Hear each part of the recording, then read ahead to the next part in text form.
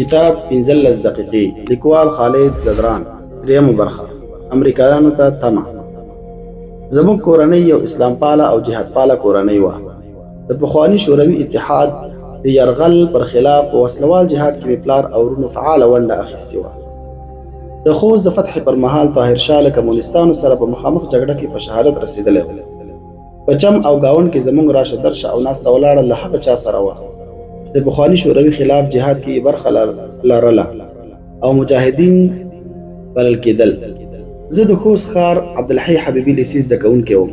ښوونځي ته د تګ تر څنګ به مې فصل وخته د خوست په ښار کې له پلار سره د دوکان په کارونو کې هم مرسته کوله. پلار مې د خوست ښار په ښاروالۍ مارکیټ کې د لونګیو او څادرونو دوکان درلود. مازدیګر به چې له ښاره کلي ته راغلم، بیا به د شمل سیند پر غاړه له کلیوالو سره کېناستم او له هغو سره به مې د امریکایانو د وحشتونو په اړه بحثونه او مجلسونه کول. یو به ویل چې په فلاني ځای کې امریکایانو د یوې کورنۍ ټول غړي شهیدان کړي، بل به ویل چې ماشومان یې په سپیو داړلي. ځینو به بیا د امریکایي ځواک د ټکنالوژي کیسې کولې چې داسې قوت راغلی چې 1 انچ شی له فضا څخه ویني. زموږ په کلي کې د پاپلي په نوم یو ځوان و. هغه به دا خبره ډیره کوله چې که د چا د ټوپک شپېلۍ د امریکایي ځواکونو پر لور شوه، ټوپک یې په خپله په لاس کې اوبه کېږي. ډېرو ځوانانو به بیا دا ډول پوچ تبلیغات ردول. دوی به ویل د دا ډول تبلیغاتو لپاره امریکا په میلیونونو ډالر لګوي چې څوک یې په خلاف د وسلې اخیستلو جرأت ونه کړي. رنګارنګ اوازې وي، تاویدي راتاویدي، خلک یې ګنګس کړي وو. څوک نه پوهېدل چې کومه خبره ومني او کومه خبره دروغ وبولي. او یا ولې زه به چې ماښام کور ته راغلم، د امریکایي لښکرو د وحشتونو کیسې به مې ذهن سکونډلی و. د دوی په مقابل کې مې احساسات راپارېدل. بیا به مې چې د دوی پر ټکنالوژي فکر وکړ چې خلکو ته ټوپک په لاس کې ور اوبه کوي، بیرته به ډارېدم. سوچ به مې کاوه که خدای مه کړه دا خبره رښتیا وي، له دوی سره به څنګه جنګ کوم. د راتلونکي تګلارې د ټاکلو پر ځای به مې سترګې پټې شوې او درانه خوب به په خپل غېږ کې د فکرونو له دنیا څخه د ځان سره وړی وړی.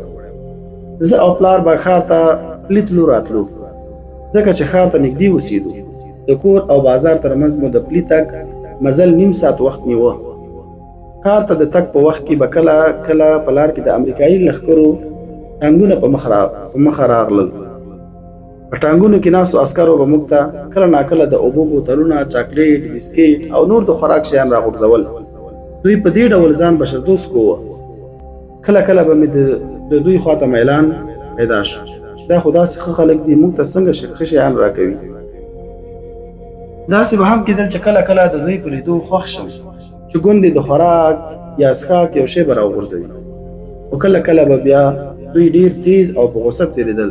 داسې به ښکارېدل چې چېرته د مجاهدینو له برید سره مخامخ شوي. داسې هم شوي دي چې د ښوونځي د رخصتۍ پر مهال، یعنې د جمعې په ورځ به چې زه په کور کې پاتې وم، نو وخت پر وخت به شمل ته په دې ورځ د امریکایانو ګزمې راتلې.